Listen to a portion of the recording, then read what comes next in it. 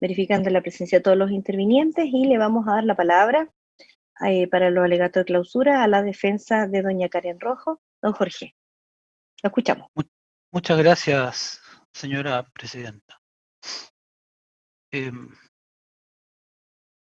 Tomando sus palabras y las de mi colega Hugo León, quiero agradecer especialmente al tribunal por el esfuerzo que se desplegó durante estos prácticamente 2 meses de juicio para organizar y llevar adelante este juicio tan complejo desde el punto de vista del tiempo que ha tomado llevarlo a cabo y la cantidad de pruebas que hemos incorporado. Yo creo que se han roto algunos paradigmas en esta emergencia que nos han llevado a hacer las cosas de una forma distinta a la habitual. Sigo siendo partidario de la presencialidad, para ser honesto, me parece que es un poco más humano, se ven sonrisas y no solo caras en 2 dimensiones en la pantalla, pero aún así creo que esto ha funcionado muy bien y quiero agradecer especialmente, señoría, a través suyo, a la unidad de atención de víctimas y testigos y de informática que han sido extraordinariamente dedicados para que podamos llegar a este punto. Dicho eso, quiero pedir por anticipado permiso para dar lectura en algunos pasajes de mi alegación a algunos pasajes de doctrina y jurisprudencia que me parece importante citar y también a algunas transcripciones que tengo de interrogatorios que han tenido lugar durante estos 26 días que duró la rendición de la prueba en el juicio. Y con vuestra venia, solicito desde ya a su señoría la absolución de mi representada Karen Rojo Venegas de todos los cargos que se han formulado en su contra. Y al igual que mis colegas defensores, solicito la expresa condena en costas del Ministerio Público y del Consejo de Defensa del Estado, porque ellos no han tenido una razón plausible para traer a estos 3 acusados. Nosotros los demás somos todos profesionales, ellos son 3 personas que no trabajan en esto y han tenido que destinarle 2 meses de su vida por lo pronto al juicio oral, más allá de todo lo que signifique estar involucrado en un proceso penal. Ya lo han dicho mis antecesores en el uso de la palabra, esta causa jamás debió llegar al juicio oral. Hace unos días atrás, a propósito del 20º aniversario del funcionamiento del sistema procesal penal acusatorio, fui invitado a exponer junto con otros colegas académicos con los cuales me tocó intervenir en su época en la confección del sistema. Y uno de ellos, no fui yo, a propósito de los problemas y las dificultades que uno tendría que pensar en resolver hacia adelante, comentó que este diseño en el cual el Ministerio Público, que es un órgano constitucional autónomo, no tiene ningún control judicial respecto de algunas de sus decisiones, como por ejemplo la de formular acusaciones, redunda en algunos casos en decisiones completamente injustificadas que se traducen en juicios innecesarios en los cuales a veces da la impresión de que el Ministerio Público lo que está haciendo es endosarle el bulto al Tribunal de Juicio Oral para que sea este el encargado de absolver a los acusados para no tener que ser el responsable político de tomar decisiones que eventualmente son incómodas. Y la verdad es que cuando este colega estaba diciendo eso, yo no pude sino acordarme de este caso, porque creo que es uno de los mejores ejemplos que uno puede tener de situaciones en las cuales no se debió haber llegado acá.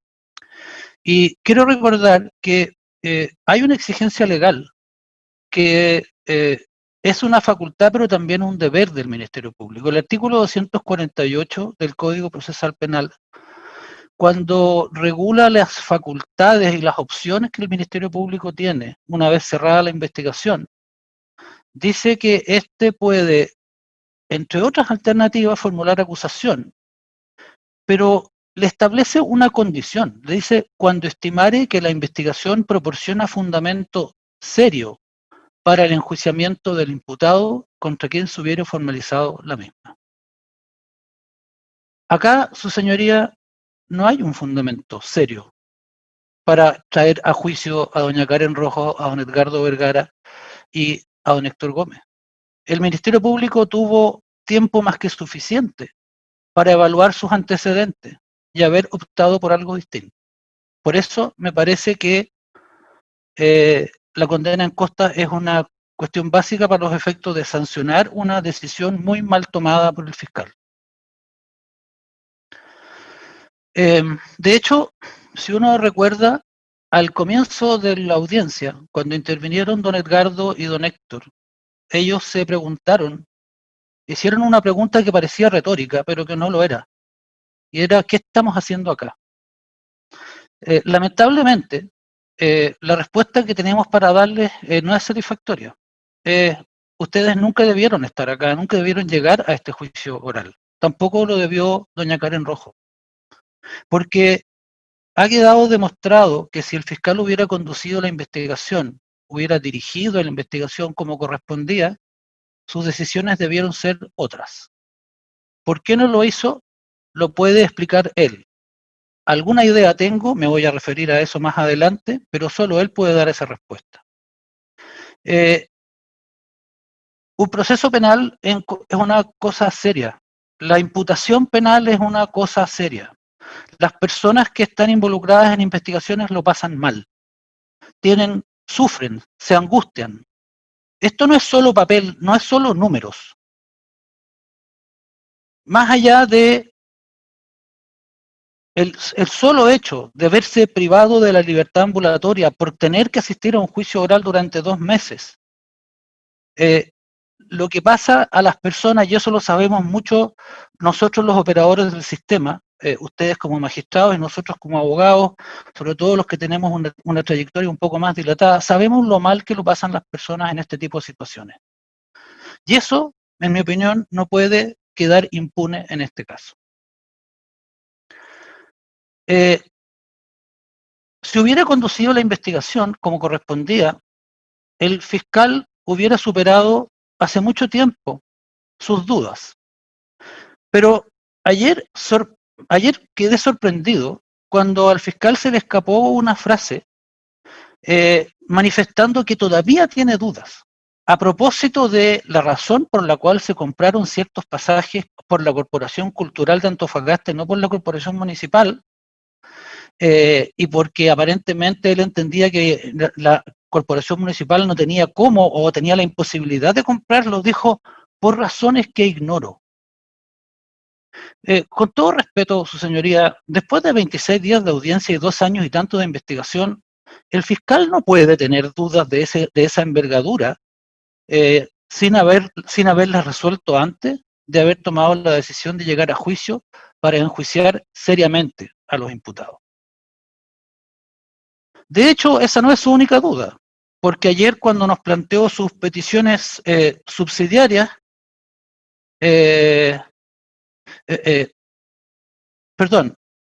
cuando ayer nos planteó la alternativa de evaluar este caso desde la perspectiva, algo que ya tomó mi colega Fidel Castro, asumiendo que los trabajos prestados por MAIN se habían prestado formalmente, el fiscal terminó por reconocer que don José Miguel Izquierdo y MAIN Comunicaciones sí prestaron servicios a la Corporación Municipal de Desarrollo Social, algo que la acusación niega, que negaba, y como dije en mi alegato de apertura, sostenía que la de MAIN, era una asesoría que realmente en favor de dicha corporación no se prestó, puesto que las visitas de Izquierdo a la corporación tuvieron por objeto distorsionar la realidad. Ayer el fiscal nos dijo otra cosa. Nos dijo que los trabajos se prestaron, como destacó don Fidel Castro, formalmente, cualquiera sea el significado que el fiscal le quiera dar a formalmente. Los trabajos se prestaron. No era necesario llegar a juicio para saber eso. Me voy a referir más adelante a las consecuencias que podría tener el plantearle al tribunal la posibilidad de hacer esta modificación extemporánea a la acusación. Por ahora me quiero anticipar a que me quiero referir simplemente a que tal como anticipamos en el alegato de apertura, quedó de manifiesto en el juicio que este fue completamente innecesario.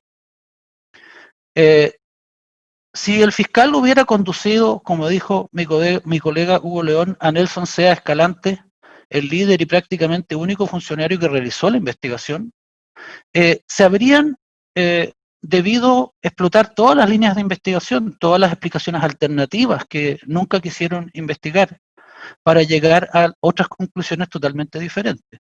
Yo no quiero abusar del tiempo de su señoría repitiendo cosas que ya se han dicho acá. Así que quiero solo citarlos en el contexto de este argumento.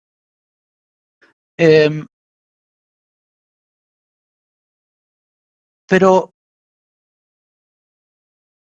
a propósito, por ejemplo, del uso de fondos provenientes de subvenciones de salud y de educación, el fiscal nos dijo ayer que esos fondos, que eso no se, esto lo noté textual, dice, eso no se puede porque no resulta posible hacerlo. Eso naturalmente es un argumento circular, una petición de principio. Como se suele explicar, es un argumento que da por probado lo que hay que probar.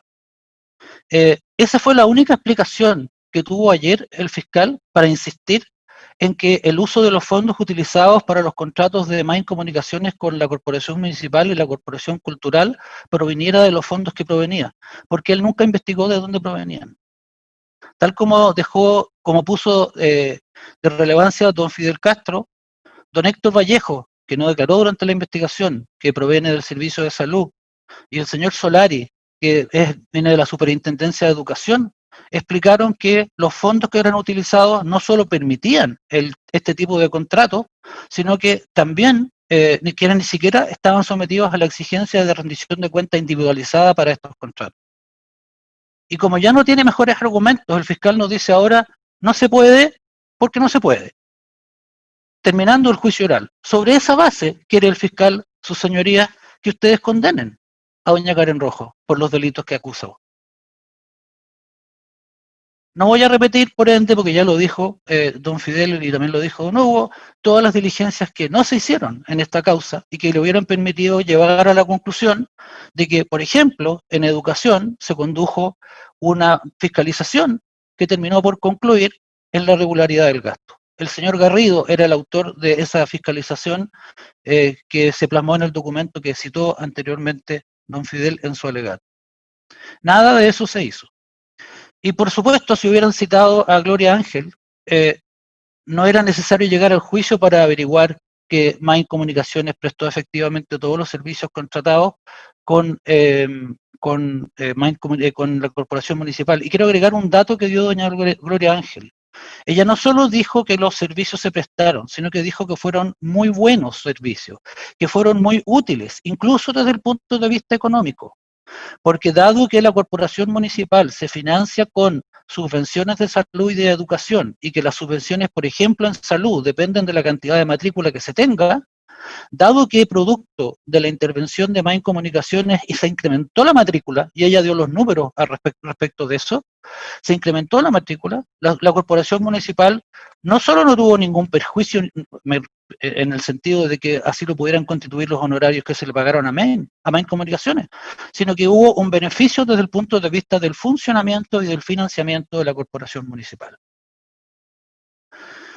El problema que enfrentamos acá, su señoría, es lo mismo que dije en el alegato de apertura, a propósito de la visión de túnel, y que fue reconocido por el mismo Nelson Sea en su declaración cuando lo contrainterrogué. A propósito de la pregunta de lo que es la visión de túnel, él nos dijo que en criminalística, en investigación criminalística, a ellos los forman en investigación científica, en el método científico, nos dijo en su alegato, en su declaración, que parecía un alegato. El señor Sea nos dijo que hay una regla de oro, y que esa regla de oro es investigar todas las líneas posibles, no entrar a la investigación con ideas preconcebidas.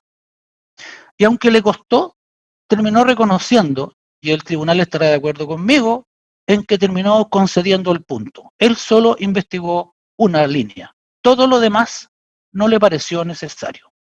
Le costó dar esa respuesta, pero la dio.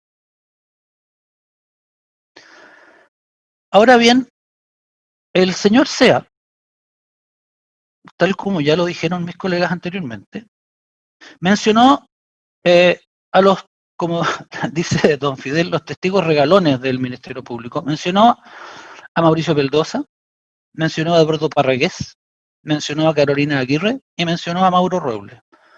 De hecho, ustedes recordarán, sus señorías, que cuando contrainterrogué a Nelson Sea, tratando de dejar el punto fijado, dije, usted, la convicción que se formó, las conclusiones a las que llegó, eran la de esos testigos, ¿no es cierto? Sí, principalmente la de ellos. También habló de Roberto Stay, pero dijo principalmente ellos. Para ser honesto, yo nunca entendí por qué el fiscal hizo suya la historia, o había hecho suya la historia de Eduardo Parragués, Peldosa, Carolina Aguirre y después de Mauro Robles. Nunca entendí por qué, siendo tan evidente su animadversión respecto de doña Karen Rojo, que es el verdadero enemigo político aquí, don Edgardo Vergara y Héctor Gómez, hay que decirlo, lamentablemente fueron arrastrados por la persecución en contra de doña Karen Rojo, eran imputados necesarios para que apareciera en el papel como plausible la acusación, pero ella era la verdadera enemigo, y siendo bastante evidente la animadversión que le tenían todos ellos, no se hizo ni una sola diligencia para saber si el terreno que pisaban el fiscal y la policía para sostener sus imputaciones era terreno seguro. Prefirieron omitirlo todo. Su señoría, la formalización de la investigación en esta causa tuvo lugar en junio del año 2018. Ya se había investigado por más de un año. A doña Karen Rojo jamás la citaron a declarar antes de junio del año 2018. La investigación fue formalizada respecto de ella, la acusada principal, sin que siquiera se la hubiera oído para entregar su versión. Cuando yo digo que no se la quiso escuchar, no estoy haciendo una imputación genérica o vaga, estoy diciendo nunca se la quiso escuchar. El fiscal se formó la idea que se formó respecto de esta causa sin haber interrogado a la acusada principal, a quien el señor Sea tuvo el desparpajo de decirnos que le mandó recados con gente de la municipalidad, porque él suponía que si la autoridad se enteraba de que la policía la estaba buscando, iba a preocuparse de la razón por la cual lo estaba haciendo. Eso sería divertido si no fuera tan serio este caso. Por esa razón, su señoría, me parece también inaceptable que el fiscal nos haya dicho ayer que las defensas vinimos exclusivamente a cuestionar la credibilidad de sus testigos, credibilidad de la que por lo demás carecen completamente, y me voy a referir a ese punto más adelante. Los testigos tienen que ser creíbles para que uno les crea, aunque sea obvio lo que estoy diciendo. No tiene nada de malo cuestionar la credibilidad de los testigos, pero él nos dijo que además nosotros no habíamos planteado ninguna hipótesis afirmativa, pero si nunca nos quiso escuchar. Yo tuve que pedirle que interrogara a doña Karen Rojo en diciembre del año 2018, 6 meses después de que había formalizado la investigación, porque no le interesaba la versión de Karen Rojo. Después, cuando ya había obtenido que José Miguel Izquierdo, que me hace recordar a esos boxeadores respecto de los que se dice que tienen mandíbula de cristal, y él ya había dado vuelta a su versión en el sentido de sostener que todo esto había sido para prestar la asesoría político-comunicacional a doña Karen Rojo, esa del 2 de enero del año 2019 de la que se habló tanto, o del 4 de enero de 2019 de la que se habló tanto, durante el juicio, durante su interrogatorio y contrainterrogatorio. El Izquierdo a todo esto jamás reconoció haber cometido un delito. Él siempre defendió haber prestado los servicios para la corporación y para la municipal y para la corporación cultural. Él lo único que dijo que en realidad el motivo de todo esto era el interés de doña Karen Rojo por ser reelegida, que para eso que así había partido todo esto. También voy a hablar de eso enseguida, no me estoy corriendo, como se dice coloquialmente, respecto de ese tema. Pero a lo que quiero ir es que después de la declaración del 4 de enero, donde él habló de esas diligencias políticas, en el juicio nos dijo de política dura, que él había hecho por Karen Rojo, cuando habló de Lili Pérez y Cecilia Pérez y dio otros nombres más que le aparecieron al señor fiscal por primera vez, el señor Jorge Sanján, que estaba en los correos, hubo que preguntarle en el juicio quién era, porque nunca se le había interrogado tampoco al señor Izquierdo respecto de eso. Pues bien, esta defensa, su señoría, pidió la citación de Lili Pérez y Cecilia Pérez para demostrar que el señor Izquierdo no había hecho lo que él decía que había hecho, que no había hecho ninguna de esas gestiones políticas de las que él habló, ni mucho menos de la gestión política con el presidente Sebastián Piñera, quien es un hecho público y notorio, vino a prestar su apoyo a don Manuel Rojas durante la campaña del año 2016. O sea, el señor Izquierdo cuando quiere dice la verdad y cuando quiere falta a la verdad. Aquí faltó la verdad. Yo lo quería demostrar. Pedí la citación de esas dos personas. ¿Y qué dijo el fiscal? No, son impertinentes esas diligencias. Y eran impertinentes en la investigación, pero le parecieron extraordinariamente pertinentes en el juicio para tratar de construir su caso de la asesoría político-comunicacional, que es la expresión que él usó o el concepto que él usó eh, eh, eh, sin fin en este proceso. Entonces, permítasenos tener una sospecha de por qué el fiscal actúa como actúa, porque lo de él no es racional. Recordemos que la Constitución política, señorías, establece en el artículo 19, número 3, inciso quinto, que las sentencias de un órgano que ejerza jurisdicción deben fundarse en un proceso previo legalmente tramitado y que corresponde al legislador establecer las garantías de un procedimiento y una investigación racionales y justas. La investigación que condujo el señor fiscal no tiene racionalidad ni justicia. Esos son dos atributos que él no puede reclamar para el trabajo que hizo en este caso. El 2 de junio de este año tuvo lugar una audiencia en el Tribunal de Garantía a petición del fiscal. Él había anticipado que solicitaría aumento de plazo. Llegada la audiencia, se desistió de esa petición y cerró sorpresivamente la investigación. Dado que había diligencias pendientes que habíamos pedido las defensas, entre ellas, ni más ni menos, que la citación como testigo de José Miguel Izquierdo, ya que el fiscal lo había premiado con la suspensión condicional del procedimiento, cuando el señor Izquierdo no dio más como imputado en esta investigación. Y el fiscal insistió que no tenía ningún sentido porque él ya había declarado como imputado como si no tuviera importancia la diferencia entre imputado y testigo para los efectos legales. Me refiero, por supuesto, a los delitos de falso testimonio, pero también de obstrucción a la investigación. Y el fiscal no lo consideró completamente irrelevante. Nos opusimos al cierre en esa oportunidad.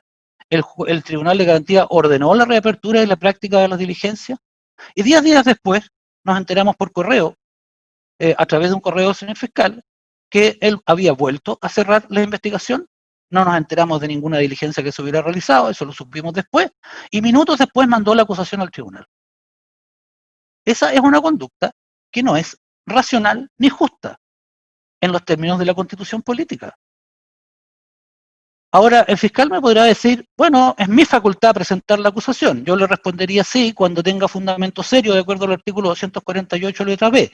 Pero al margen de eso, ¿cuál era el apuro en esta causa si el artículo 7 de la ley 21.226, dictada a propósito del estado de excepción constitucional, tiene suspendidos los plazos para presentar la acusación? ¿Para qué? Claro, me pueden insistir, es que es una facultad. Ok, es una facultad. ¿Y qué pasó después en esta causa?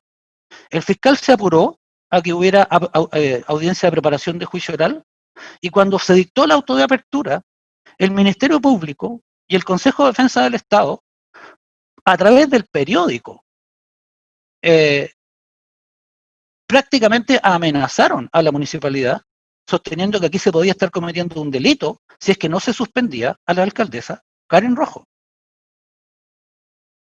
Tanto don Carlos Bonilla, a quien no tengo el placer de conocer y por lo tanto no puedo sostener lo que dicen mis colegas, pero les creo, y don Alberto Ayala aparecieron en la portada del Mercurio, voy a hablar de nuevo del Mercurio después,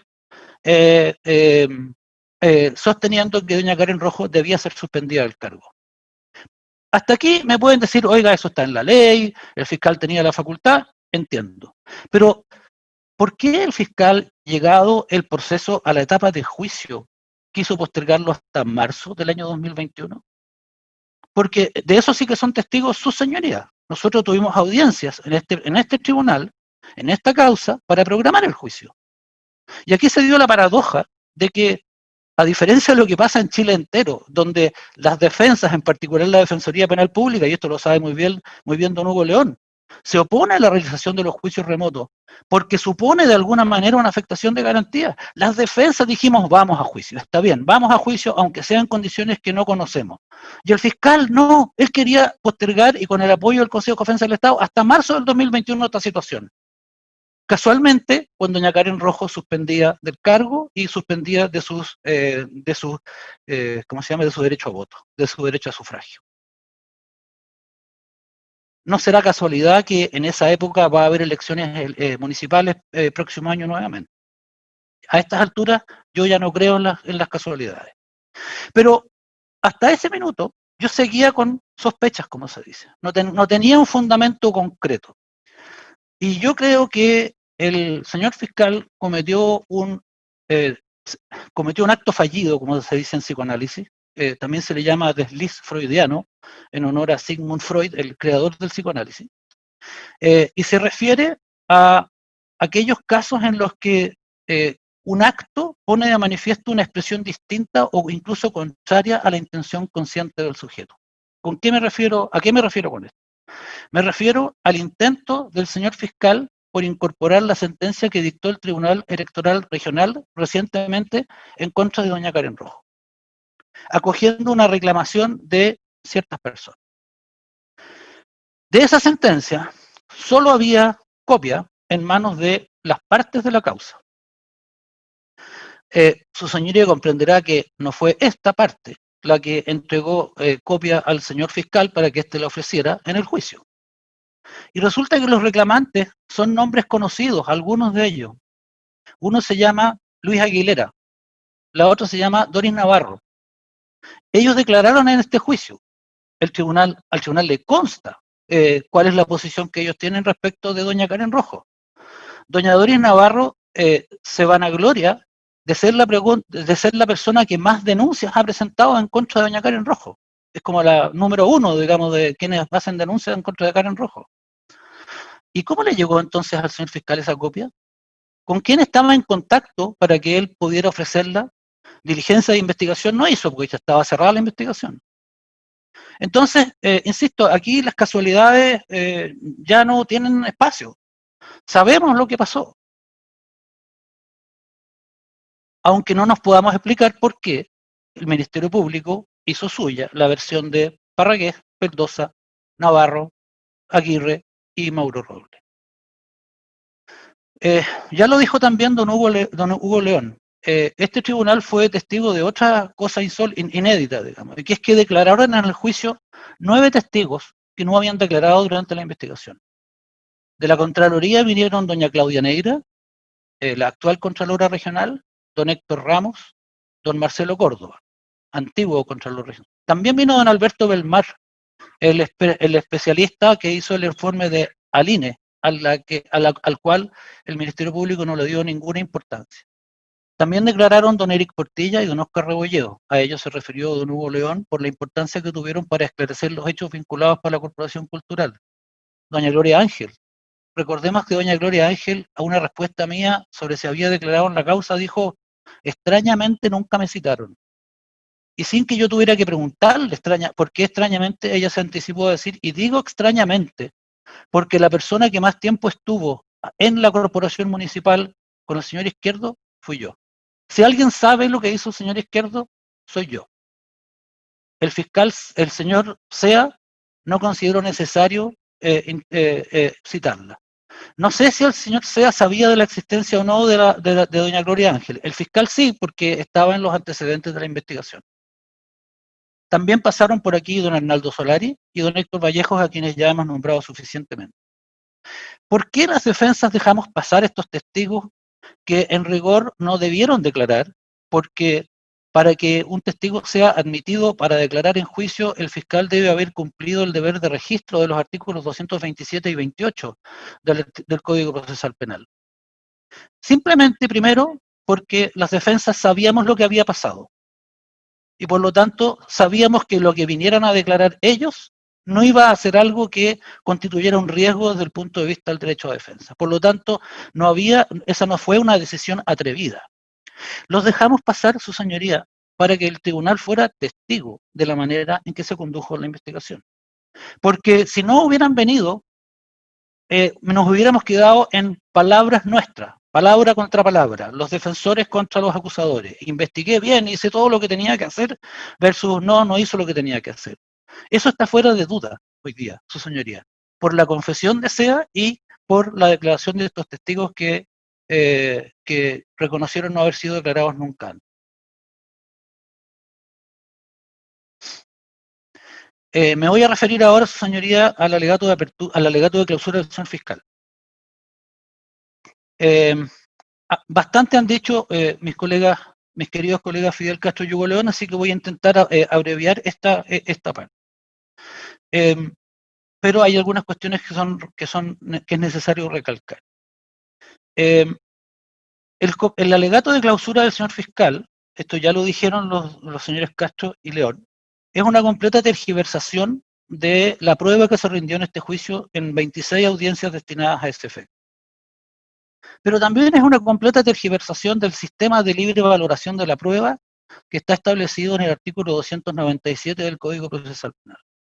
Voy a comenzar por esto último, su señoría. El señor fiscal nos dijo ayer una y otra vez que él había valorado la prueba o había analizado la prueba en el sentido de valorarla de acuerdo a los principios de la lógica, de las máximas de experiencia y de los conocimientos científicos. Eso lo repitió incesantemente. Pero la lógica la utilizó de una manera completamente indebida, prohibida por la ley. Porque el fiscal, incluso en su discurso, reconoció que había lagunas, que había cosas que no estaban probadas. Entonces ahí se hacía la pregunta de, bueno, ¿y por qué pasó esto? Bueno, por lógica, así ocurren las cosas. Y eso lo dijo una y otra vez, como ya lo destacó don Fidel Castro. Pues bien, el artículo 297 del Código Procesal Penal lo que dice es que la prueba se valora libremente por el tribunal y que los principios de la lógica, las máximas de experiencia y los conocimientos científicos son límites a la libre interpretación. Antiguamente, probablemente pocos que están en esta audiencia lo recuerdan, porque esto ya es muy antiguo, pero antiguamente existían en el Código de Procedimiento Penal y en el Código Penal algunos delitos que por ahí por los años 50 constituían un fenómeno delictivo complejo y en el cual, con el fin de facilitar su persecución y sanción, se modificó el sistema de valoración de la prueba del Código de Procedimiento Penal, que era el sistema de la prueba legal o tasada, y se incorporó el concepto de la apreciación de la prueba en conciencia. Y con el resultado de que, además sin ninguna exigencia de fundamentación ni de valoración ni de nada, con el resultado de que nos empezamos a llenar de sentencias que lo que decían era apreciada libremente o apreciada la prueba en conciencia, después de la parte expositiva, se llega a la conclusión que, bueno, la razón del 297, que responde al sistema de la sana crítica, es precisamente para ponerle límite a esa arbitrariedad en la que se puede incurrir cuando no hay ninguna exigencia de fundamentación ni de rigor ni de rigor en la argumentación. Ese es el sentido que tiene el artículo 297. Por eso, cuando uno argumenta que una sentencia infringió la norma del 297 inciso primero, lo que tiene que decir es que cuando se, por ejemplo, reclama la infracción de un principio de lógica, hay que decir acá se reclama, por ejemplo, en contra del principio de no contradicción. ¿Por qué? Porque todos los libros de lógica formal enseñan que las cosas no pueden ser y no ser al mismo tiempo. Cuando una sentencia hace eso, incurre en una infracción del principio de la lógica consistente en la no contradicción. Ayer el señor fiscal no nos dijo ni una sola vez qué principios de la lógica eran la base de su trabajo. ¿Cuál máxima de experiencia era la base de su trabajo? De hecho, él nos propuso una máxima de experiencia a partir de este caso. Nos dijo que había quedado demostrado que doña Karen Rojo fue elegida gracias a la intervención de don José Miguel Izquierdo en la campaña electoral, cosa que no responde a la realidad porque el mismo Izquierdo dijo que era un opinólogo, pero bueno, ya. Y dijo, y lo que demuestra que cuando un alcalde se quiere reelegir, tiene que contratar una asesoría político-comunicacional. O sea, transformó en máxima de experiencia la base de su acusación. Y esa máxima de experiencia no corresponde a la experiencia de ninguno de nosotros, naturalmente. Entonces, cuando uno se aproxima a la prueba rendida en esta causa, tiene que respetar primero el inciso primero del 297 del Código Procesal Penal. Pero además tiene que respetar el inciso segundo, que el señor fiscal omitió completamente ayer. Ese inciso segundo dice que el tribunal debe hacerse cargo en su fundamentación de toda la prueba producida, incluso de aquella que hubiere desestimado, indicando en tal caso las razones que hubiere tenido en cuenta para hacerlo. ¿Cuáles son las razones que el fiscal ayer invocó para desestimar toda la prueba que se rindió en contrario? La lógica. Es que es lógico que las cosas ocurran como el señor fiscal propone. Bueno, eso es una desobediencia manifiesta de la exigencia del inciso segundo del artículo 297. Señoría, esto que acabo de decir respecto del sistema de valoración de la prueba no lo digo yo, lo dice toda la doctrina y toda la jurisprudencia nacional. Mis citas de jurisprudencia están en el texto que he ocupado durante el juicio, que es el Código Procesal Penal comentado del doctor Raúl Núñez Ojeda, esto es del año 2016. Y sobre el particular, respecto del sistema de valoración de la prueba, se ha dicho, por ejemplo, que los tribunales apreciarán con libertad la prueba producida durante el juicio, pero no podrán contradecir los principios de la lógica, las máximas de la experiencia y los conocimientos científicamente afianzados, donde se citan 3 sentencias de la Corte Suprema entre el año 2003 y 2011 y 3 de Cortes de Apelaciones de Valparaíso y Santiago. En el mismo sentido, los tribunales deben analizar la prueba con absoluta libertad, guardando que la prueba no vulnere los principios de la lógica, las máximas de experiencia y los principios científicamente afianzados. Luego, dice, toda sentencia, en cuanto a instrumento de expresión racional, está llamada a formar un todo armónico y coherente, un encadenamiento ordenado de ideas. Una misma cosa no puede ser y no ser a la vez. Esa es la referencia al principio de no contradicción. Por lo tanto, no resultan válidas ni aceptables las argumentaciones que se contrapongan. Voy a dar ejemplos de esto posteriormente, su señoría, porque los testigos que presentó el fiscal hacen exactamente eso. Sus declaraciones se contraponen y porque se contraponen se anulan. No es correcto sostener aseveraciones que no puedan coexistir porque de acontecer ello, el discurso se torna vago, confuso, impreciso, dubitativo o simplemente desaparece. Finalmente, a propósito de las máximas de experiencia, se dice que las reglas de la experiencia se refieren a aquellas que pertenecen al acervo o conocimiento común de personas normales, incluyendo las leyes de la naturaleza. En fin, esto es indiscutido por doctrina y jurisprudencia en Chile. Lo mismo la necesidad de cumplir con la exigencia del inciso segundo, es decir, hacerse cargo de toda la prueba rendida. Los manuales de litigación que utilizan el término teoría del caso que utilizó también el señor fiscal ayer, enseñan que una teoría del caso solo funciona cuando logra explicar todos los hechos probados. Si la teoría del caso no logra explicar algunos hechos, entonces no funciona. Ayer el señor fiscal manifestó o dejó de manifiesto que su teoría del caso explicitada en la acusación no funciona. Y no funciona porque la acusación gira en torno a la idea de que los trabajos para la corporación municipal y para la corporación cultural no se hicieron porque se había establecido de antemano que no se iban a hacer. Eso es lo que dice la acusación, voy a leerla en un rato más en la parte pertinente. Pues bien, como hemos sido testigos todos, durante el juicio se demostró que los trabajos se hicieron. Entonces la teoría del caso, señor fiscal, no funciona, porque los trabajos se hicieron. Y por lo tanto, el contrato con la Corporación Municipal de Desarrollo Social no es un contrato ficto, es un contrato real. La acusación dice que era un contrato ficto, que era simulado, era una apariencia. Era para disfrazar que se estaba prestando una asesoría a doña Karen Rojo, una asesoría político-comunicacional, dicho hasta la saciedad. Bueno, esa teoría del caso no funciona.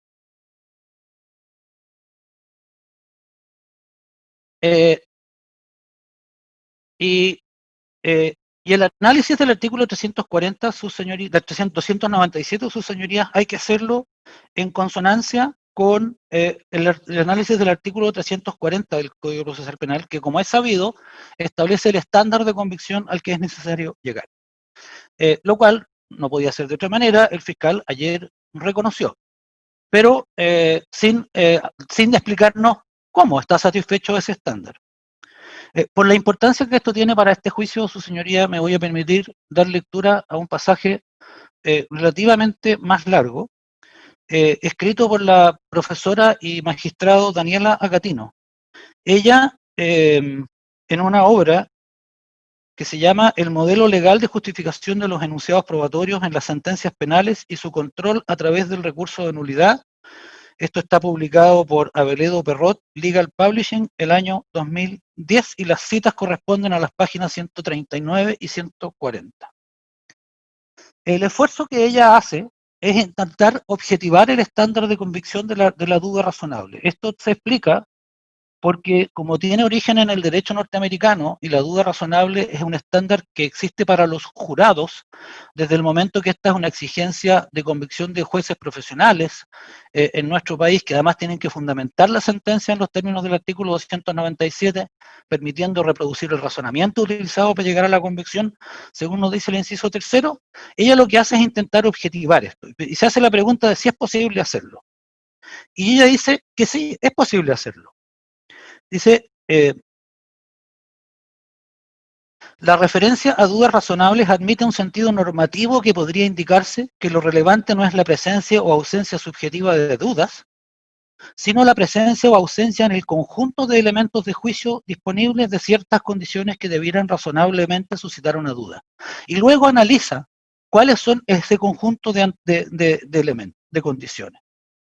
Dice, para llegar a la exigencia del 340, es necesario primero que las pruebas de cargo cuya existencia resulte predicable, de acuerdo a nuestros conocimientos previos del mundo, en el caso concreto, hayan sido efectivamente aportadas. O sea, que exista la prueba de cargo que justifique esos postulados fácticos. Segundo, que la hipótesis de la acusación sea capaz de explicar los datos probatorios disponibles, integrándolos de forma coherente y que haya resistido a las eventuales contrapruebas que pretendían refutarla.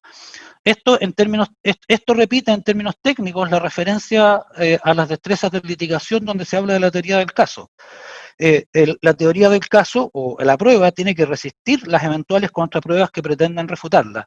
Si hay otra prueba que refuta la de descargo, entonces ya no se cumple la condición de que la primera genere convicción más allá de la duda razonable. Y tercero, que los datos probatorios disponibles resulten muy difícilmente explicables por las hipótesis compatibles con la inocencia del acusado. O sea, las hipótesis alternativas que el señor fiscal dice haber echado de menos de nuestra parte. Su señoría, si uno aplica ese análisis a la prueba de esta causa, la conclusión es que ninguna de las tres condiciones que propone doña Daniela Agatino como necesarias para poder llegar al estándar de convicción del artículo 340 se cumple en este caso.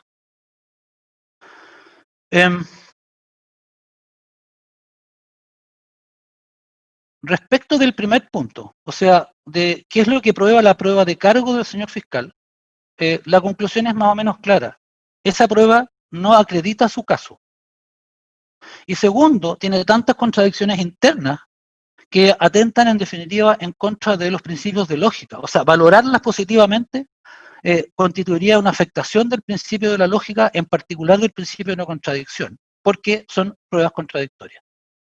Respecto del primer punto, de que la prueba de cargo del fiscal no prueba su caso, me voy a referir únicamente a don José Miguel Izquierdo, que es prácticamente el que se supone debía ilustrarnos de por qué aquí había un fraude al fisco en la contratación de Main Comunicaciones.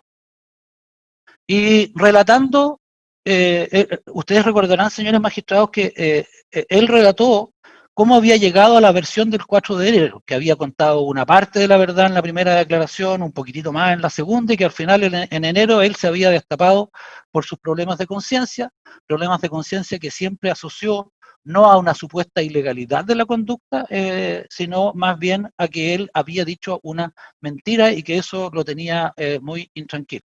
No obstante que había embarcado en la mentira a su señora y a su abogado Rodrigo Ursúa, como nos confesó él a propósito de la entrevista que dio a, otra vez, El Mercurio en febrero del año 2016. Yo le pregunté en esa oportunidad, sin perjuicio de que había cambiado de versión varias veces, ¿no es cierto que en todas sus declaraciones, y las enumeré, lo que usted ha dicho es que siempre prestó los servicios para la corporación municipal? Sí, respondió Izquierdo. ¿Y a usted lo que le pagaron fueron esos servicios? Sí. De hecho, en la del 4 de enero usted ratificó que hizo los servicios. Sí. ¿Que es por lo demás lo que su amigo abogado le había dicho que podía hacer? Sí. Entonces, primer argumento en contra de la primera condición, o sea que las pruebas de cargo confirmen el caso del fiscal. La prueba de cargo no confirma el caso del fiscal. Y la declaración de Izquierdo es insustituible por otra declaración, porque es el único que sabe lo que él hizo. Mal que mal, es el asesor. Después hay contradicciones en la prueba de cargo en distintos sentidos.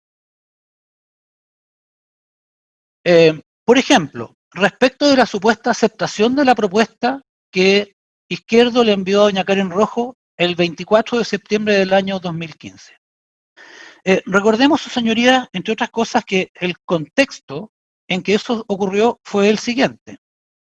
Doña Karen Rojo había estado en una reunión en el Hotel Plaza San Francisco, acompañada del señor Peldosa y de doña Stephanie Campos, con José Miguel Izquierdo, por sugerir que era uno de los nombres que había sugerido el señor Isakson. Doña Karen Rojo, doña Stephanie Campos y don Mauricio Peldosa no conocían a don José Miguel Izquierdo.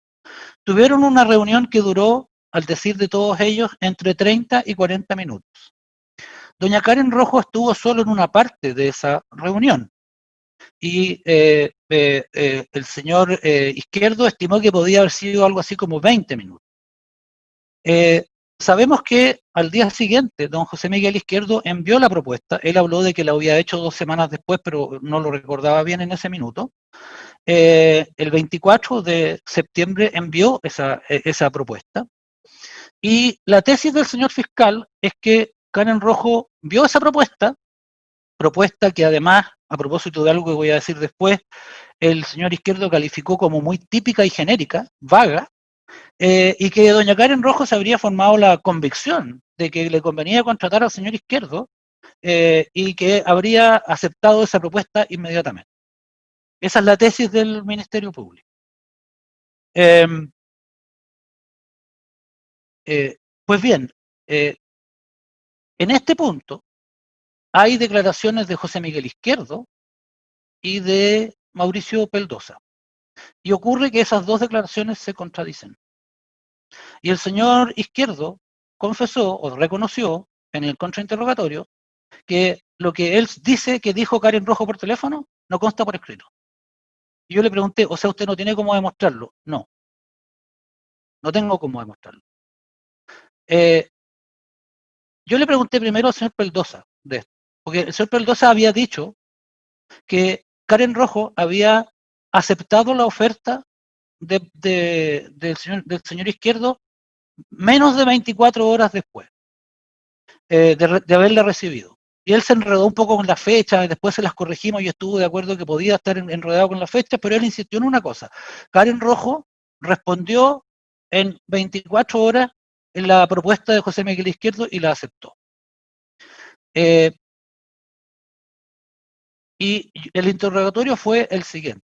Le dije, ¿y usted sostiene que la respuesta a la aceptación de doña Karen Rojo fue 1 o 2 días después de haber recibido la propuesta más tardar? Porque después modificó, ya no eran 24 horas, eran 1 o 2 días. Dice, correcto. ¿Usted estaba presente? Le pregunté, cuando ella aceptó la oferta. Yo escuché la llamada telefónica. Le dije, ¿usted estaba presente con doña Karen Rojo cuando ella habló por teléfono? Sí, yo estaba presente. Luego le pedí, ¿me puede describir? Para nosotros esta llamada es muy importante. ¿Me puede describir cómo fue esa llamada? ¿Quién llamó a quién? Dice, bueno, no voy a dar un detalle tan específico. No quería acordarse muy bien de los detalles porque ya sabía que lo podían agarrar por ahí. Yo estaba con ella, se produjo una llamada telefónica de ella hacia Izquierdo donde se aceptó la propuesta, y aquí viene algo que es muy relevante, dice, y se pidió la rebaja de 90 a 80 UF. Eso es lo que puedo aportar. Yo le insistí, o sea, su testimonio hoy es que esa conversación tuvo lugar 1 o 2 días después del envío de la propuesta por el señor Izquierdo, ¿correcto? Sí, esa conversación tiene que haber sido el día jueves de esa semana, de la última semana de septiembre. ¿Estaba usted presente con doña Karen Rojo cuando ella dijo, José Miguel, algo así como, estoy de acuerdo con tu propuesta? Dice, algo así tiene que haber sido, y se conversó el tema del precio.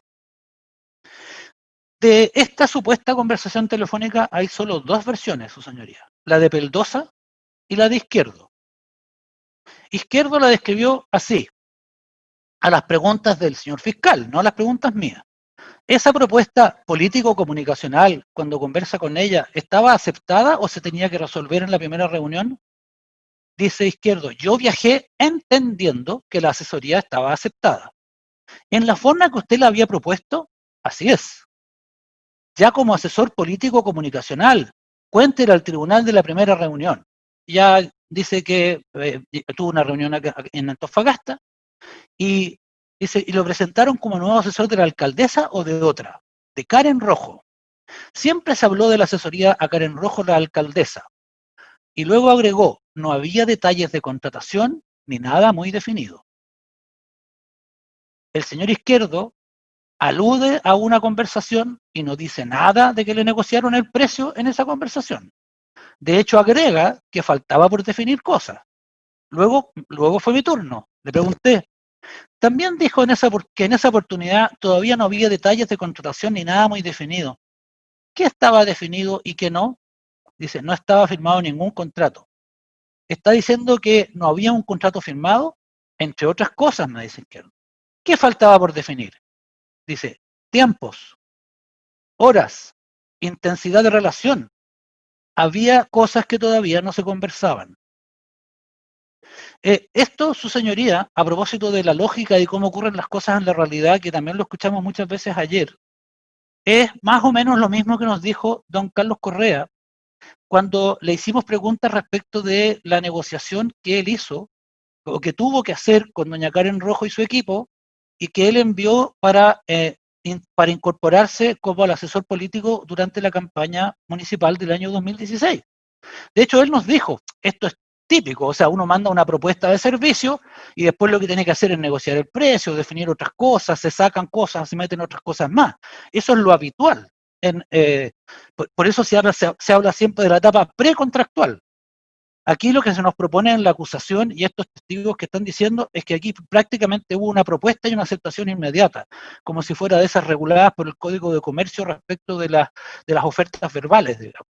Pero no hay nada de eso. Izquierdo reconoce que él entendió que estaba aceptada su propuesta, pero que había cosas que definir todavía. Entonces yo le pregunté después, él dijo, había cosas que todavía no se conversaban. Yo seguí, eso significa que no había un acuerdo sobre lo que iba a hacer. Y él respondió, respecto de que me integraría y que se aceptaba, había un acuerdo. Los detalles de ese acuerdo, no. Y lo que termino ahora. Había que discutirlos, le dije yo. Y él dijo, definirlos. Había propuesta, reunión diaria, viajar el martes, discutir, no. Definir cuánto se iba a pagar esas cosas. Entonces, su señoría, respecto de esta supuesta aceptación de la propuesta, hay aquí 2 versiones. La de Izquierdo y la del testigo presencial Peldosa. Uno estaba a un lado de la línea, el otro estaba al otro lado de la línea. Y resulta que las versiones de esa conversación telefónica son contrapuestas. Porque según Peldosa, se discutieron cosas que, según Izquierdo, tenían que discutirse después de que él vino por primera vez a Antofagasta el día 6 de octubre. En conclusión, no hay prueba respecto del acuerdo como se sostiene en la acusación, porque los 2 únicos testigos dicen algo distinto.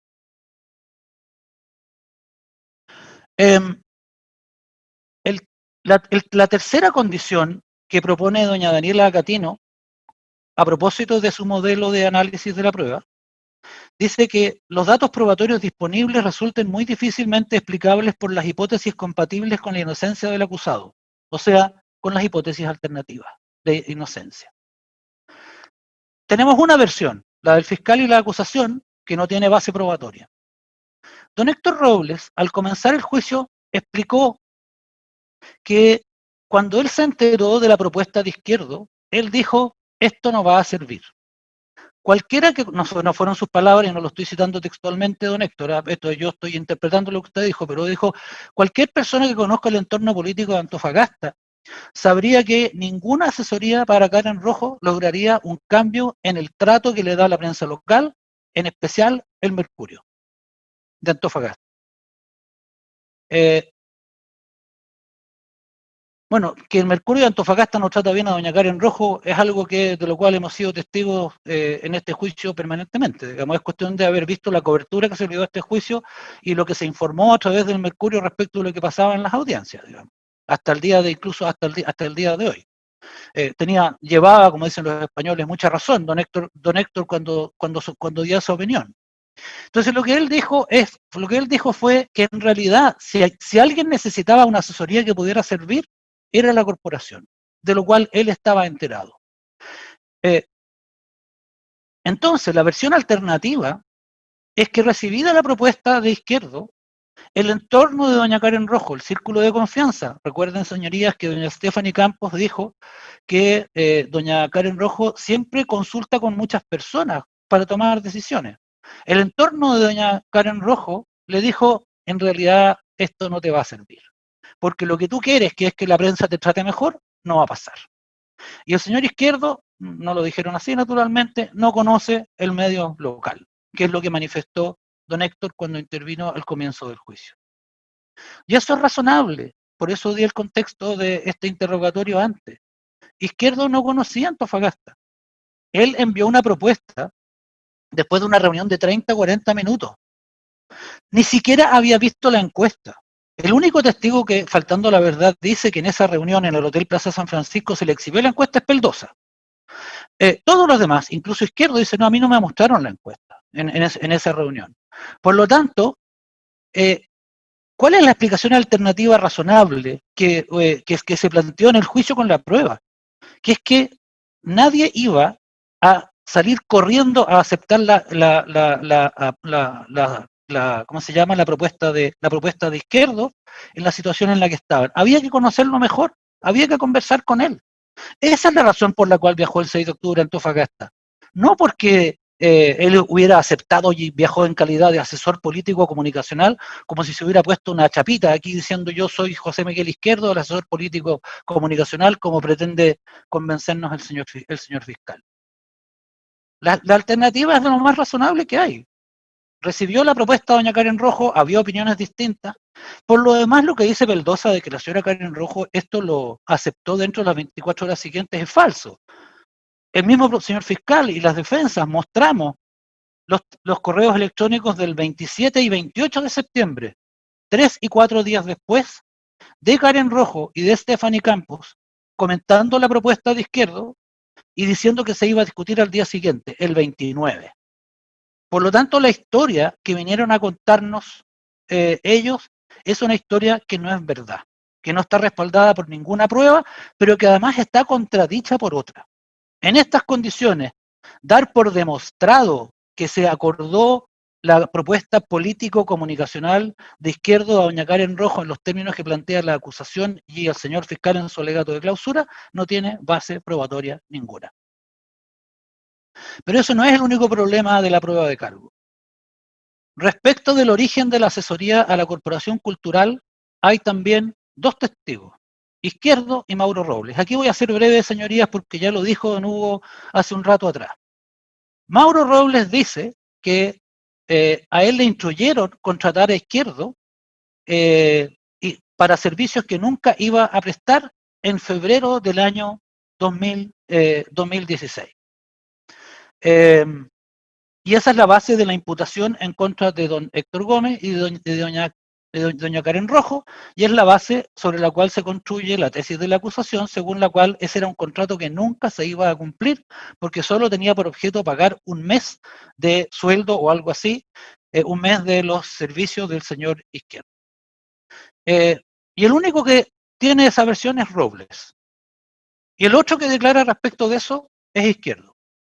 Izquierdo dijo que había conocido a Robles, perdón, que el señor Robles le había hecho esa propuesta en octubre o noviembre en una reunión en el Hotel Terrado. Aquí voy a leer, señoría. Dice, Hugo León lo interrogó, ¿por qué lo invitó a tomar un café? Izquierdo responde, quería exponerme a una necesidad y me encargó un trabajo, una necesidad de la Corporación Cultural. En ese café Mauro Robles le explica que hay una necesidad. ¿Cuál? Había un informe insatisfactorio a ojos del directorio y necesitaba un perito experto que lo analizara e hiciera una evaluación del mismo. Es decir, toda su experiencia la vuelca en esta posibilidad de trabajo en la Corporación Cultural, ¿correcto? O sea, dice, no es toda mi experiencia, pero sí me manejo en la metodología Canva, por tanto, podía asumirlo. Esa reunión, según Izquierdo, fue a tomar un café en el Hotel Terrado. Y esto ocurrió, dice, así es, yo hice un informe de evaluación del trabajo de otra empresa, a la cual el directorio de la Corporación Cultural le había encargado de desarrollar una política estratégica a largo plazo. A mí Mauro Robles me pidió como en noviembre, diciembre, no me acuerdo.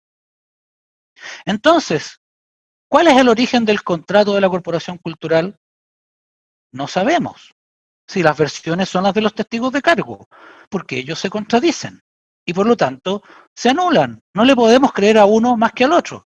A Izquierdo lo avala la declaración de Edwin Calle, que recordó y declaró haber conducido, porque él era el que llevaba y traía a don José Miguel Izquierdo, ya voy a hablar de don Edwin Calle, él era el que llevaba y traía a don José Miguel Izquierdo, y él acuerda haberlo llevado al Hotel Terrado a una reunión con el señor Robles.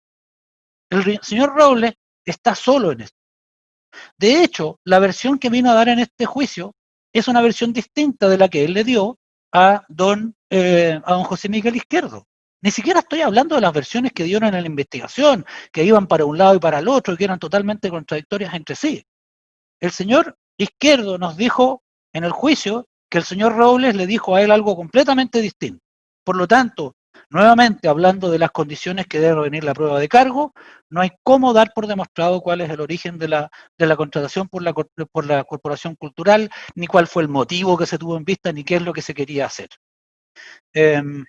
Por lo demás, los dichos de Robles están desmentidos por la otra prueba que rindió el Ministerio Público, el señor Portilla, el señor Rebolledo y doña Violeta Pavés, que hablan de la necesidad, conveniencia y utilidad de la contratación de Main Comunicaciones por la Corporación Cultural.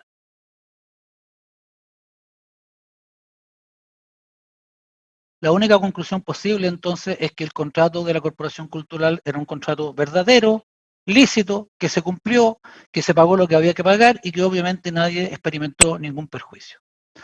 Respecto de eso, o sea, de la necesidad del servicio, declaró la doña Violeta Pavés, como dije, versus Mauro Robles. No voy a repetir eso, lo tenía anotado en la minuta, pero ya lo explicó lo explicó don Hugo León. Él también mencionó a don Patricio Buljan como el otro testigo que declaró al respecto. Luego, se nos quiso convencer de algo que no está en la acusación durante el juicio. Y una y otra vez volvimos sobre la compra de pasajes por la Corporación Cultural. En esa variación de la acusación, la figura que se intentó construir por los persecutores es que la compra de los pasajes era completamente irregular, que eso no podía hacerse porque no había un contrato, no había nada. Y eso es lo que nos transmitió uno de los testigos regalones, don Mauro Robles, preguntado por doña Gloria Baltasar, dice, respecto a Rebolledo, dijo que estaba en una situación muy incómoda cuando le ordenaron comprar el pasaje.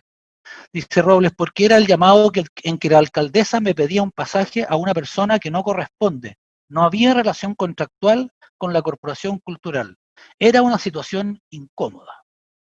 A Buljan se le preguntó, para pagar pasaje, ¿usted no revisa si hay previamente un contrato firmado? Él está a cargo de la unidad financiera. Dice, ¿para pasajes? No. don Hugo le preguntó, ¿era posible que se le compraran pasajes a alguien sin que hubiera prestado el servicio, por ejemplo, un artista? Y Vulcan dijo, o sea, siempre fue así. O sea, si no se le compra el pasaje, no puede prestar el servicio. Es decir, ¿se le traía primero y luego ejecutaban el servicio? Sí. Oscar Rebolledo, preguntado por el fiscal. ¿Esto significa que usted pagó los pasajes y después pidió el reembolso? Sí, me lo pidió Mauro Robles. Recordemos que Mauro Robles dice que todo esto obedeció instrucciones de doña Karen Rojo sin sustento alguno. ¿Y había alguna justificación del gasto? Él dijo, yo no cuestiono la orden por jerarquía. Como fue el mismo secretario general ejecutivo, no lo cuestioné. Siempre hemos sostenido que desembolsar pasajes, no solo yo en mi cargo de director, sino que todos los que tenemos cargo de responsabilidad. Eso en relación a la dinámica de la corporación cultural. También fue ordenado por Mauro Robles, dice el fiscal, y como es su jefe no pidió documentación. No, dice, y no es primera vez que compraba pasajes bajo esta modalidad. Lo mismo pasó con el argumento, insisto, sus señorías, estos son los testigos del fiscal. Es la prueba del fiscal, que se anula recíprocamente una y otra vez, en todos los hechos relevantes del juicio.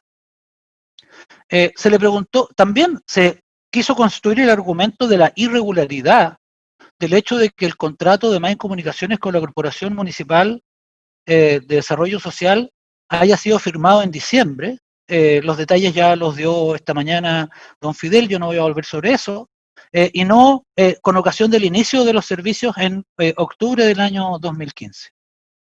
Y ayer hay una referencia que hizo el señor fiscal a doña Belgin Cisternas en este punto, que no dijo que debía existir un contrato para empezar los servicios. Ella lo que dijo es que el contrato era necesario para pagar las facturas, digamos. Pero en todo caso, como ya citó don Fidel Castro, tanto doña Aurora Williams y don Jaime Medina, que incluso hoy día es funcionario del Ministerio Público, hablaron de que esto era bastante habitual, de que era normal que el contrato se escriturara con posterioridad al inicio de los servicios. Creo que es innecesario que insista sobre el particular y le dé lectura a estos pasajes, pero si hubiera alguna controversia en la réplica, lo puedo decir cuando me corresponda intervenir nuevamente.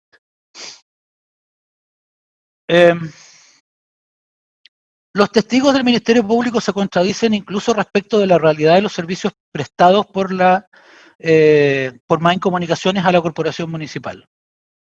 Los testigos señores Parragués y Peldosa los negaron, el señor Izquierdo los defendió.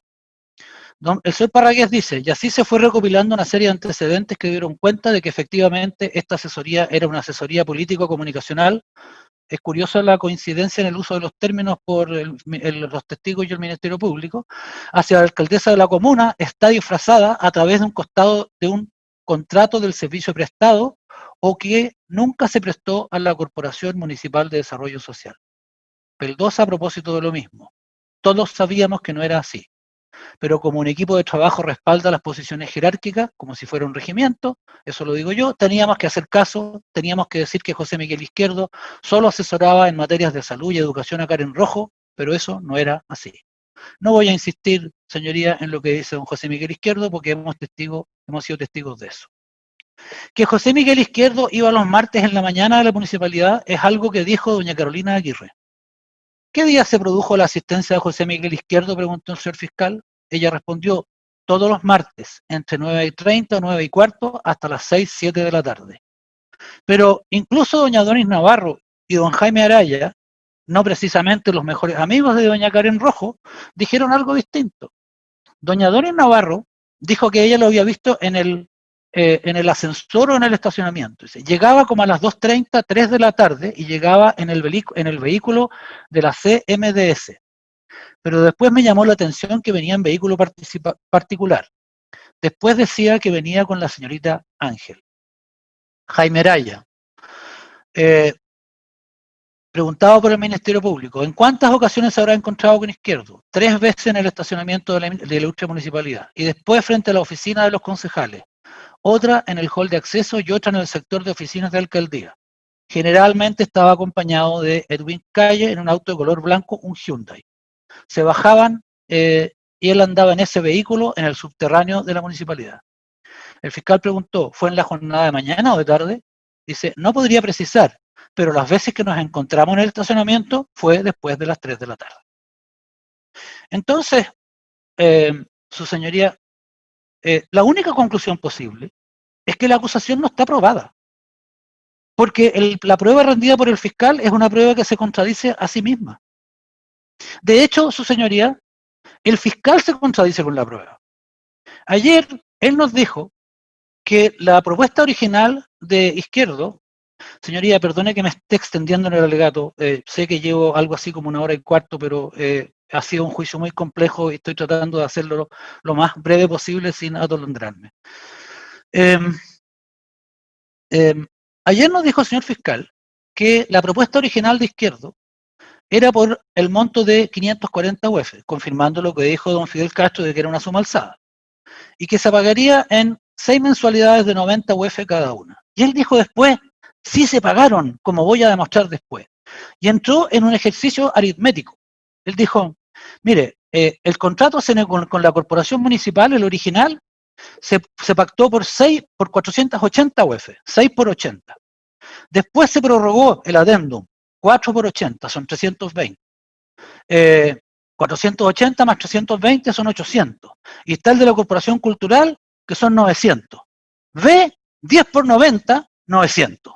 Se pagaron las 90 UF mensuales que quería el señor Izquierdo en la propuesta original. Pero resulta que para que ese argumento funcione, habría sido necesario tener una bolita mágica para averiguar el futuro cuando se hicieron los acuerdos en cuestión. Porque el adendum es algo que se pactó y negoció en abril. Nadie ha dicho, ni siquiera el señor fiscal ha sostenido acá, que haya habido un plan previo de que primero vamos a contratar por 6 meses y no te preocupes, y después le vamos a agregar otros 4. Entonces, el ejercicio aritmético que propone el fiscal solo funciona en la medida que uno mire la prueba ex post y no ex ante. O sea, ex post es, al señor Izquierdo se le pagaron 900 UF, lo que es lo mismo que decir 10 por 90 que la propuesta original. Pero no solo eso no solo no funciona por el argumento temporal, como diría el señor fiscal, por lógica. Resulta que Peldosa dice que el precio se negoció de 90 a 80 UF en la llamada telefónica. Y por lo tanto el argumento del señor fiscal contradice lo que dijo Peldosa. Y también Robles, porque Robles dijo que el mes que se contrató a la Corporación Cultural para pagar un mes, cuando yo le pregunté, oiga, ¿y cuál mes? Dice, febrero, lo inventó ahí naturalmente. Febrero, no sabía decir que no sabe el señor Robles, él se la sabía toda. Febrero. Y yo entonces le dije, la pregunta que los manuales dicen que uno no haga en contrainterrogatorio. ¿Y por qué? Dice, bueno, es que me imagino que en la corporación municipal no había plata para pagarle. Bueno, el fiscal trajo ayer un argumento que contradice lo que dijo el señor Robles, lo que dijo el señor Peldosa y que además nadie ha dicho nunca en la acusación. Lo mismo pasa entre la declaración del señor Robles y la acusación. A propósito del pasaje que mencionó anteriormente don Hugo León, que dice que el señor Robles representó lo que estaba pidiéndole la señora Karen Rojo, en el sentido de comprar pasaje, lo que dice la acusación es lo siguiente, su señoría, un segundo.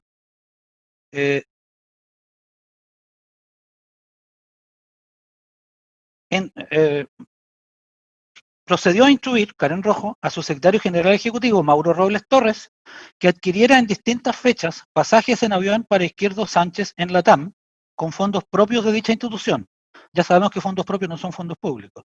Lo que efectuó, pese a que no mantenía aquel vínculo contractual alguno con la referida corporación, lo que en su momento Robles representó a la señora alcaldesa, siendo luego la compra facturada por la TAM Airlines Group con fecha 15 y 27 de octubre del año 2015 por la suma total de, o sea, 2 pasajes respecto de los cuales el señor Robles habría representado la instrucción de la señora alcaldesa. Cómo eso constituye un concierto es algo que tampoco nunca vamos a entender.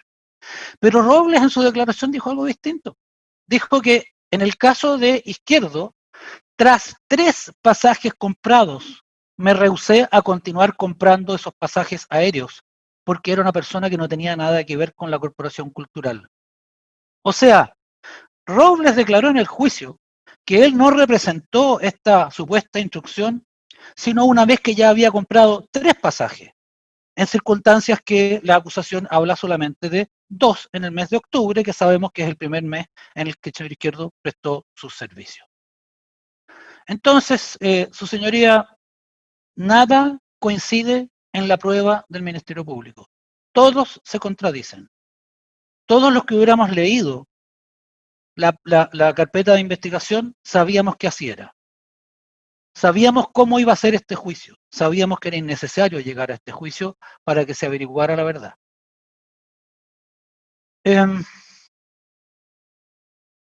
También se dijo ayer que la propuesta original de don José Miguel Izquierdo a doña Karen Rojo fue adaptada. Mi impresión, aquí estoy hablando de mi impresión, es que ese argumento lo hizo el señor fiscal ayer con el fin de darle algún sustento a su petición subsidiaria de recalificación como estafa en el caso de la... la petición de recalificación por estafa tiene que ver con la Corporación Cultural. Él dijo que la propuesta había sido adaptada, la primera, para el contrato con la Corporación Municipal. Sin embargo, el señor Izquierdo había dicho también antes que la propuesta que envió a doña Karen Rojo era una propuesta muy típica, muy genérica y muy vaga, y esa es la razón que él dio para que se entendiera por qué no era preciso lo que estaba proponiendo en ninguna de estas dos, en ninguna de estas dos propuestas.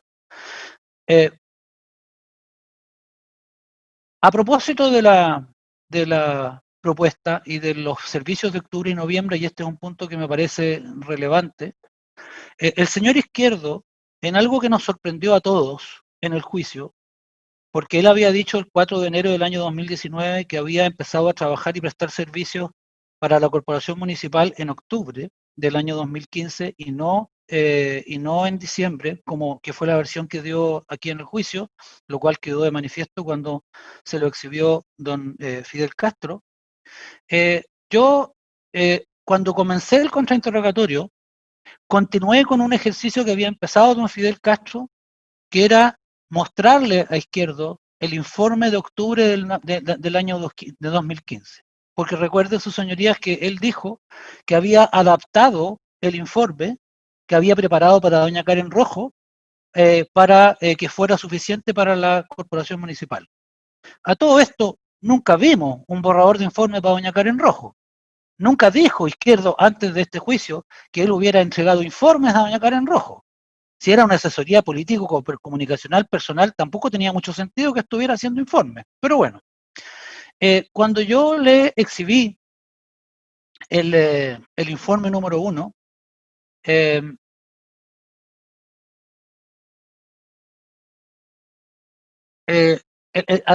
a la pregunta de don Fidel Castro, él había dicho que el criterio de búsqueda de las noticias en la prensa había sido la corporación municipal y que él había agregado, entre otros, sin perjuicio de que la lámina decía corporación municipal.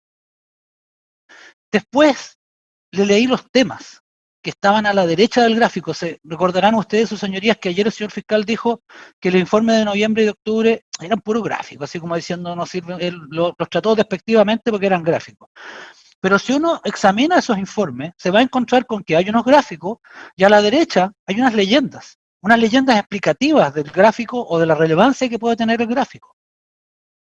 Y lo que yo le dije es, oiga, estos son los temas, acá no hay ninguna referencia a una entidad distinta a la corporación municipal. Y Izquierdo trató de salir jugando, dijo, ahí dice plomo, por ejemplo. Pueden haber notas que importan, por ejemplo. Si hubiese salido algo como un CESFAM, pudo no haber aparecido el nombre de corporación municipal. En esa leyenda solo hay una referencia a la corporación municipal. Sí. A los temas de incumbencia de la corporación. Sí. Educación y salud son los temas de incumbencia de la corporación. Correcto.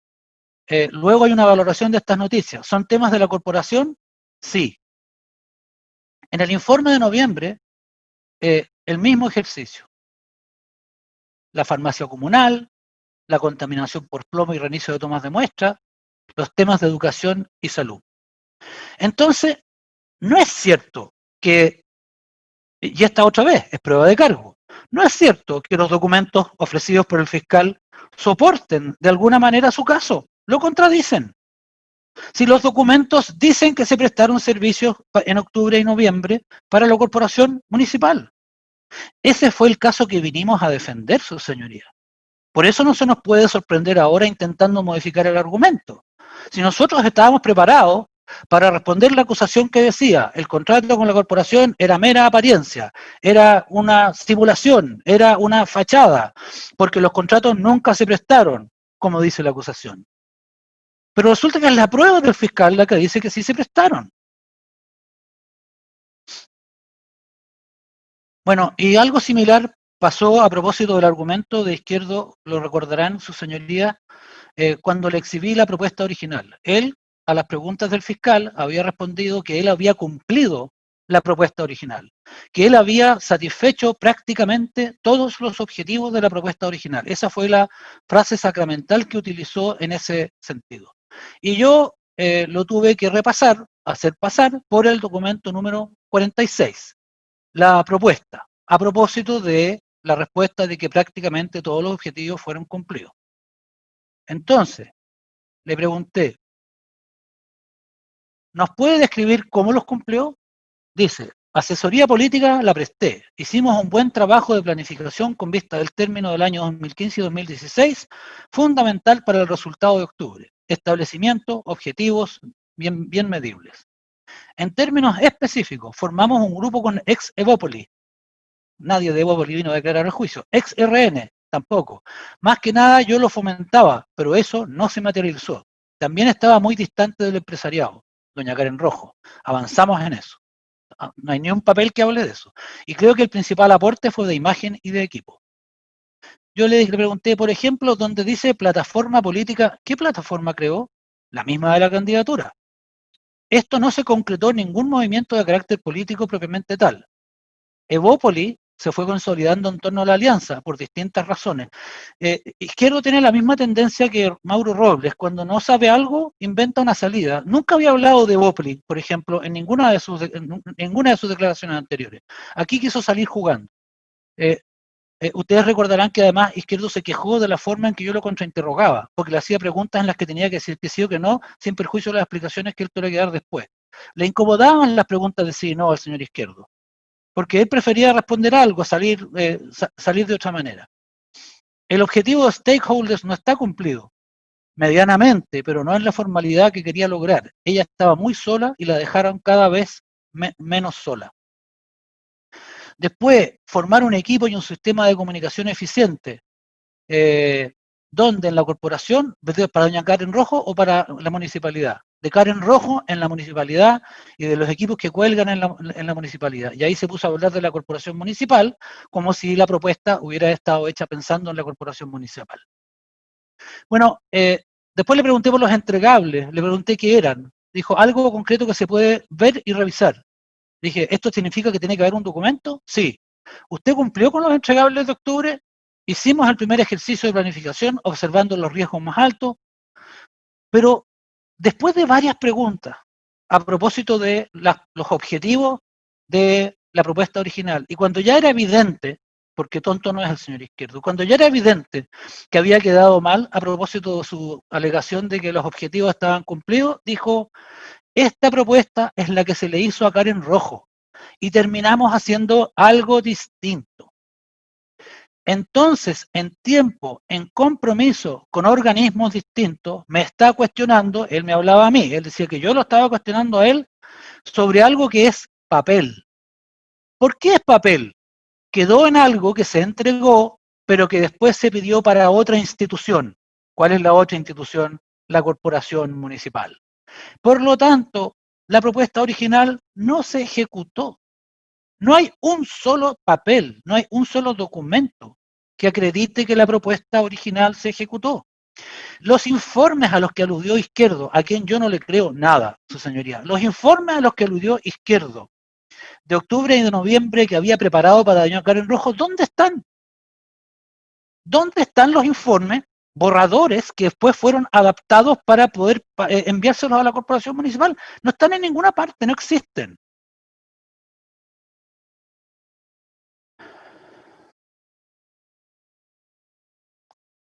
El segundo elemento propuesto por doña Daniela Acatino, y aquí voy a ser mucho más breve, su señoría, para el test de convicción más allá de la duda razonable que tiene que superar la acusación, es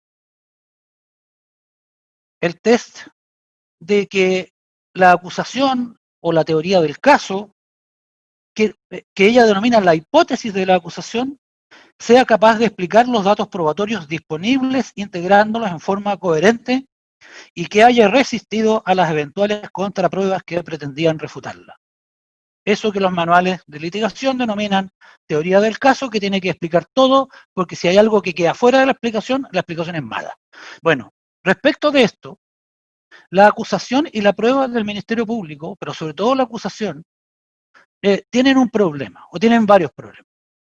Primero, la teoría del caso del fiscal, por utilizar su expresión, no explica por qué, si los servicios fueron inventados a partir de diciembre, cuando el señor Parragués había empezado a molestar con la denuncia, si eso ocurrió en diciembre, ¿por qué se reunió don José Miguel Izquierdo en el primero o segundo viaje, el 6 de octubre, su señoría, o el 13 de octubre, con toda la plana mayor de la Corporación Municipal de Desarrollo Social, incluso con la directora de Educación, a quien evidentemente el señor Izquierdo le cargó? ¿Por qué estaba ella, estaba el señor Montoya, estaba el señor Vergara, estaba el señor Calle, el 6 o el 13 de octubre, si resulta que la idea de contratar a la corporación municipal surgió a propósito de la versión que inventó don Héctor Robles cuando el señor Parragués empezó a pedir información? La teoría del caso no tiene una explicación razonable para eso. ¿Por qué don Edwin Calle era la persona a cargo del señor Izquierdo en sus venidas a Antofagasta a partir del segundo viaje, del 13 de octubre?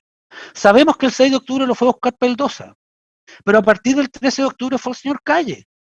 ¿Cuál es la explicación para que el señor Calle haya sido, como dijo alguien despectivamente, el chofer del señor Izquierdo?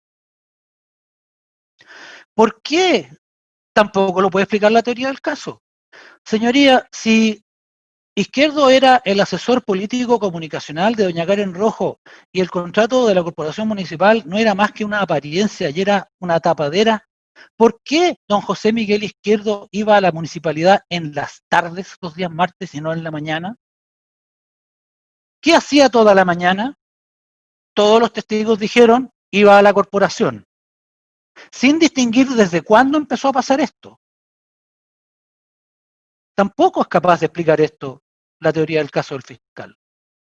Y por último, tampoco se probó ni soportó de ninguna manera una aseveración que es muy importante desde el punto de vista de la defensa de doña Karen Rojo. Es evidente que todo lo que estoy diciendo redunda en definitiva en defensa ya sea de don Héctor Gómez cuando estamos hablando de la Corporación Cultural o de don Edgardo Vergara cuando estamos hablando de la municipal, porque en ambos casos el concierto de doña Karen Rojo es con alguno de ellos según el fiscal.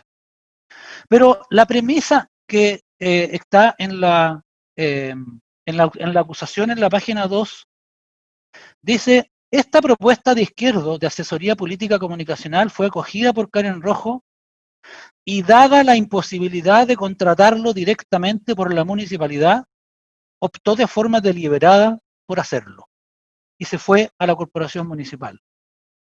¿Quién dijo que era imposible contratar a Main Comunicaciones por la municipalidad? ¿Qué prueba trajo el fiscal a ese respecto? Nada. Este es un elemento que el fiscal dio por sentado, así como la calidad de funcionario público que alegó anteriormente don Fidel. Esto lo dio por sentado. Pero resulta que yo le pregunté a don Héctor Ramos, no es precisamente un testigo amigo de doña Karen Rojo, el jefe de la Unidad de Control Externo de la Contraloría. Yo le pregunté, usted respondió al interrogatorio directo señalando que la municipalidad podía firmar el contrato con Main. Ramos dijo, desde el punto de vista del mérito, nosotros no podríamos haber cuestionado el contrato. Yo le pregunté, el 3 de febrero emitió instrucciones la Contraloría con motivo de las elecciones municipales de 2016. ¿Es correcto que de acuerdo con la ley 19896 que modificó el DL 1263, los órganos que integran la administración pueden incurrir en gastos por conceptos de difusión? Ramos respondió, sí, es correcto.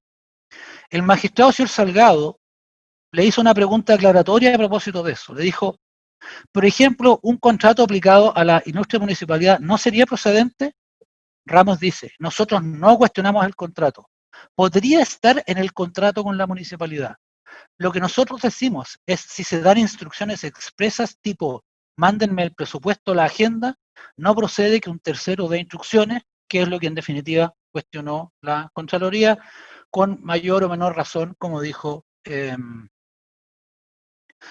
anteriormente don Fidel Castro también. Izquierdo, que se vanaglorió de su trayectoria en temas políticos y que trabajó incluso en La Moneda durante el primer gobierno del presidente Piñera, a las preguntas de don Fidel Castro le dijo, el martes el fiscal le preguntó sobre su segundo viaje a Antofagasta y relató que Karen Rojo le había propuesto trabajar en la corporación. Dijo que tenía que consultar con un abogado amigo. Sí, también le dijo que si hacía los dos trabajos propuestos, él no veía problema jurídico. Izquierdo dice, lo que se me planteó en ese momento era que si cumplía con la corporación no tenía problema jurídico realizar más que eso, que podía ser la asesoría comunicacional. Después yo le seguí preguntando, ¿es usual que los organismos incurran en gastos para comunicar su gestión, sus programas, sus proyectos y sus logros? Sí. Existen partidas presupuestarias para eso. La ley lo permite expresamente. La ley de presupuestos tiene considerado ese ítem. Por tanto, cuando uno habla de asesoría político-comunicacional, no está hablando de nada indebido. Todo lo contrario, dice, es algo que se requiere. ¿Está permitido comunicar la gestión municipal en una campaña? Sí. ¿Estamos hablando de una actividad legítima en la medida que se trate de comunicar lo que es propio de las funciones que se está ejerciendo? Claro. El magistrado señor Salgado de nuevo le preguntó, respecto de los presupuestos para hacer campaña, ¿esto incluye a la municipalidad? Sí, entiendo que las municipalidades también tienen fondos para dar conocimiento a las personas de lo que hacen. Peldosa, en mi contrainterrogatorio, yo le pregunté si en lo que a él correspondía velaba por la legalidad de lo que pasaba por sus manos. Yo dijo, correcto, tomando en cuenta que no había un acta de la reunión, porque yo le estaba hablando de una reunión. El mismo correo habla del punto 3, organización tercer año de gestión alcaldesa. ¿Esto significa que se había acordado pagar por una publicación de Mercurio y la Estrella? Peldosa dice, se tiene que haber conversado. Yo le dije, oiga, dice publicación pagada, es lo que dice ahí. ¿Ese pago lo haría la municipalidad? Sí, claro. Y por tanto usted estuvo de acuerdo con que pagar esa publicación era legítimo. Dice, no recuerdo tan puntual, pero debe haber sido. Ya le dije, pues si era ilegal, usted lo habría reparado, ¿correcto? Me dijo, eventualmente. Y para terminar, otro experto, este es el de cafeína, Francisco Vitale, dice, yo le pregunté, ¿usted se refirió que se producían e hizo referencia a estamos hablando de los productos de cafeína? Dice, ¿usted le acompañaba a todas las actividades a la alcaldesa? Solo a las que la ilustre municipalidad nos decía que eran relevantes. Este era un contrato por licitación pública con la municipalidad. O sea, oculto no era, digamos. Dijo que se referían a temas de educación y salud, de todo. Incluían salud, educación, y el sentido era divulgarlos a la ciudadanía. Correcto. Insisto, su señoría, pido disculpas por lo largo del análisis, pero la conclusión necesaria es que, no voy a repetirlo, ninguna de las tres condiciones que la profesora Acatino establece para generar una forma objetiva de mirar la prueba, para que la prueba de cargo satisfaga el estándar del artículo 340 del Código Procesal Penal, se cumple en este caso. El único resultado posible en este caso, su señoría, es la absolución de todos los acusados de todos los cargos. El fiscal hizo ayer, señoría, dos breves cosas. y luego me haré cargo del tema de la calificación jurídica. Ayer hizo dos propuestas al señor fiscal que pugnan con el artículo 341 del Código Procesal Penal, con la correlación que debe haber entre sentencia y acusación, con el consiguiente riesgo de anulación del juicio. Primero, no es posible dar por acreditado nada que tenga que ver con el abogado que redactó o no redactó, o el cuestionamiento que el fiscal hace de la intervención de don Cristian Flores en la redacción del contrato de la Corporación Cultural. Esto es así porque el fiscal intentó incorporar como prueba nueva la declaración de don Francisco Lepe, de cuya existencia se enteró en el juicio, y el tribunal lo rechazó precisamente por el riesgo de sorpresa y de afectación del derecho a defensa que suponía incorporarlo. Ayer insistió en la incorporación del tema. No del señor Lepes, pero del tema. Por lo tanto, ese es un tema que está vedado desde el punto de vista de la resolución del tribunal. Y lo mismo ocurre con, con la idea del señor fiscal de dar por probados los servicios a la corporación municipal, pero formalmente. La acusación no dice eso. La acusación, a riesgo de ser majadero, dice que por una asesoría que realmente en favor de dicha corporación no se prestó, pese a que Izquierdo desde el mes de diciembre de 2015, para distorsionar la realidad, en coordinación con Vergara Montt y con ocasión de una denuncia de un concejal, empezó a concurrir semanalmente a la Corporación Municipal de Desarrollo Social cuando viajaba a Antofagasta a reunirse con ciertos funcionarios y efectuar reuniones y charlas, elaborando ciertos documentos para justificar una asesoría que en el fondo no se cumplió, sino en favor de la señora alcaldesa en la forma que antes se ha descrito. Eso es lo que dice la acusación, eso es lo que está sometido a juicio. No que los servicios a la corporación se prestaron formalmente porque había una intención distinta. A lo cual yo respondería además aquel viejo brocardo latino de cogitaciones penam nemo patitur, o sea, los pensamientos no son punibles. Si alguien tiene una intención distinta en lo que está haciendo, da lo mismo porque lo que importa son los hechos. Respecto del contrato de la Corporación Cultural, dice, dicho documento era solo el medio para que daba la apariencia del cumplimiento de una prestación de servicios, en el fondo inexistente, para pagar por la asesoría política comunicacional a favor de la alcaldesa. Eso es lo que está sometido a juzgamiento, solo eso, y para eso nos preparamos las defensas en este juicio. Pretender algo distinto no es otra cosa que mantener la obcecación con la que ha actuado en este caso el señor fiscal.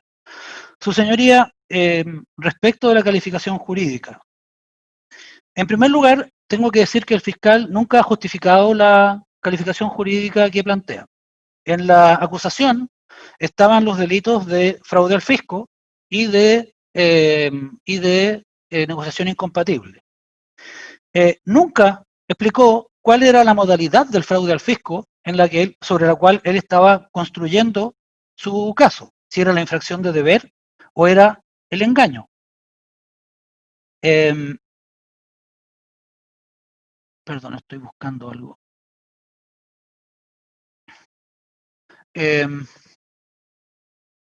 Por lo tanto, es difícil cuestionar la calificación jurídica que propone el fiscal sin tener que hacer un análisis lato de cada uno de los elementos típicos. Si el fiscal tiene la amabilidad de dar esa explicación, yo diría, esperemos a que la dé para los efectos de hacernos cargo eventualmente en las dúplicas. Pero en todo caso, porque no quiero quitarle el cuerpo a la pregunta del tribunal. Me parece, su señoría, que el fraude al fisco simplemente no vale la pena discutirlo desde el punto de vista jurídico porque está totalmente demostrado que no hubo ninguna defraudación cometida en contra de la Corporación Municipal de Desarrollo Social, y esa es la razón que explica que el Ministerio Público esté haciendo sus peticiones subsidiarias, porque como todos sabemos, las peticiones subsidiarias siempre son una manifestación de la debilidad del caso que uno está sometiendo a juzgamiento. Respecto de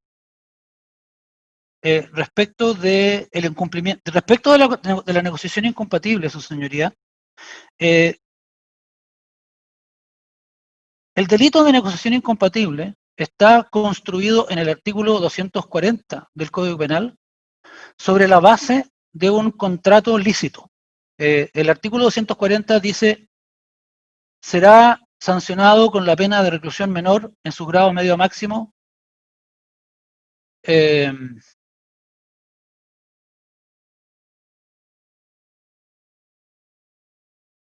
su grado medio a menor, y multa del interés que hubiera tomado en el negocio. Dice: 1. El empleado público que directamente o indirectamente se interesare en cualquier negociación, actuación, contrato, operación o gestión en la cual hubiera de intervenir en razón de su cargo. El 239 no habla de, o sea, fraude al fisco, no habla de negociación, actuación, contrato ni gestión, solo habla de operaciones. Cuando el artículo 240, número 1, habla de contratos, negociaciones, actuaciones o gestiones, se refiere a contratos lícitos. Es decir, contratos que se pueden celebrar, que están conforme a la ley, pero donde la actuación ilegal tiene que ver con que el funcionario que tiene que intervenir toma un interés pecuniario propio en ese contrato. La acusación no se construye sobre la base de un contrato lícito. Como acabo de leer, la acusación se construye sobre dos contratos aparentes, sobre dos simulaciones, sobre dos negociaciones ilegítimas que dan cuenta de un contrato que no es nada en realidad. Si es así, entonces los hechos de la acusación no permiten recurrir a la figura de la negociación incompatible como una especie de segunda posibilidad si es que no queda aprobado el fraude al fisco. Porque el contrato de la acusación es un contrato ilícito, contrario a la ley, que no es parte del tipo penal del artículo 240, número 1 del Código Penal.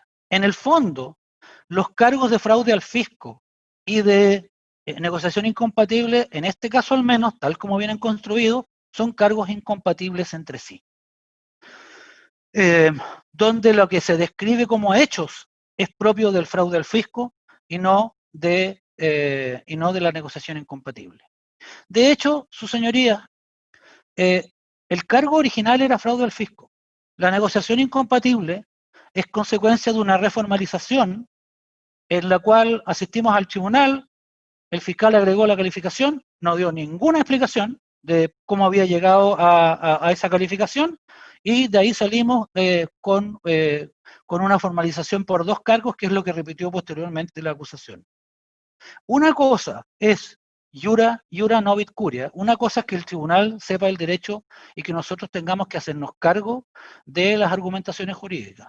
Otra distinta es que andemos adivinando cuál será la idea que tiene el señor fiscal que le permite sostener como petición subsidiaria el cargo de negociación incompatible si no fueran condenados los acusados por el fraude al fisco respecto de la Corporación Municipal de Desarrollo Social. Respecto de la estafa, señoría, el argumento es igualmente improcedente. La razón de esto es que el elemento de fraudar del artículo 239 se entiende en el sentido del engaño de la estafa por la ubicación, porque está en el párrafo sexto que dice fraudes y exacciones ilegales. Y las dos modalidades son defraudar o infringir o que haya infracción de deber. Si la modalidad es defraudar, lo que dice toda la doctrina nacional es que la defraudación en el fraude al fisco, estoy buscando una cita que tenía y que lamentablemente se me perdió, si me dan un segundo, su señoría. A propósito de esto, don Luis Rodríguez Collao, ya él lo voy a citar por todos, dice lo siguiente: se trata de un delito especial impropio que se corresponde en general con los delitos de estafa y otros engaños sin coincidir con ninguno en particular, dada la forma absolutamente indeterminada de describir la conducta punible. La acción aparece indicada como defraudar o consentir en que se defraude. Se entiende que tratándose de una forma de estafa o defraudación, exige para su consumación de alguna clase de engaño por la cual se causa un perjuicio, elementos propios de la estafa como delito común contra la propiedad. Sin embargo, tal engaño no necesariamente debe constituir una acabada mise en scène, como dicen los franceses. Incluso se estima que el perjuicio puede provenir del incumplimiento de los deberes funcionarios, aunque no exista propiamente engaño, si bien habitualmente habrá al menos una mentira. Así también lo ha interpretado la jurisprudencia, que se refiere al engaño, abuso de confianza o mala fe del funcionario, sin exigir un especial ardid de su parte. Precisamente debido a la posición del funcionario, la dinámica defraudatoria no pasa necesariamente por el despliegue de un engaño hacia otra persona, ya que es por definición el funcionario con capacidad de decidir el resultado del proceso por su intervención en él quien realiza la operación fraudulenta. El ente público no puede ser engañado sino a través de las personas que actúan a su nombre. Pues bien, si el engaño del fraude es así de tenue, no se nos puede proponer como calificación alternativa la estafa, porque el engaño de la estafa es un engaño mucho más relevante desde el punto de vista de su volumen.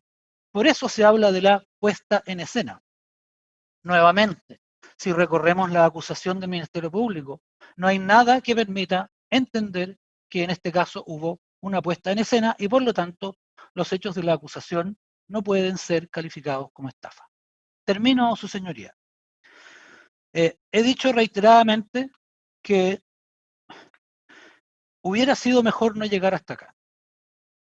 Pero ya que estamos acá, recordé una antigua leyenda que tiene su origen en Berlín, que está analizada por José Esteve Pardo en un libro que apareció este año, que lleva como título Hay jueces en Berlín, un cuento sobre el control judicial del poder. Bueno, ¿de qué me acordé, su señoría? Se suele citar al emperador alemán que tenía un castillo, existe todavía ese castillo, ese palacio de verano en Sanssouci, que es un lugar muy cercano a Berlín. Y este rey, este emperador, invitaba frecuentemente a mucha gente a celebrar fiestas en el verano. Y al lado del castillo había un molino que funcionaba de verdad. Ese molino era de propiedad del que se denomina el molinero de Sanssouci. Existen varias versiones de esta historia, de este cuento, que es una leyenda. Yo la que estoy contando es la que más me gusta a mí, pero es relevante. Entonces, el, eh, el juez, el rey se molestaba mucho porque este molino cuando funcionaba hacía mucho ruido y molestaba a sus invitados en sus fiestas. Y un día fue y le dijo al molinero, molinero, véndeme tu molino, te pago tanta plata, que es mucho más de lo que vale. Y el molinero le dijo, no, Alteza, yo no estoy vendiendo el molino, es lo que yo hago y es lo que me gusta hacer. Dice, ¿no sabes acaso, molinero, que con todo el poder que yo tengo, yo podría expropiarte el molino y dejarte sin nada y sin plata? Y el molinero le respondió, sí, señoría, pero mientras haya jueces en Berlín, yo voy a mantener mi decisión. Señorías, el caso ahora está en manos de ustedes. Ustedes son los que tienen que tomar la decisión. Creemos haber hecho una presentación contundente a lo largo de este juicio que demuestra la total inocencia de nuestros representados y es la razón por la cual termino solicitando lo mismo que pedí cuando empecé. Pido disculpas por la extensión de mi alegato y pido la absolución con costas efectivas al Ministerio Público y al Consejo de Defensa del Estado respecto de doña Karen Rojo Venegas. Muchas gracias, señoría. Gracias, don Jorge. Ya, en atención al horario, las réplicas van a pasar para el día de mañana. Eso sí, fijamos un horario más acorde a cómo vamos desarrollando la audiencia, así que nos vamos a reunir mañana a las 9 horas, ¿no? Para que puedan preparar bien sus réplicas y ya estamos terminando ya prácticamente hacia el debate. ¿Ya?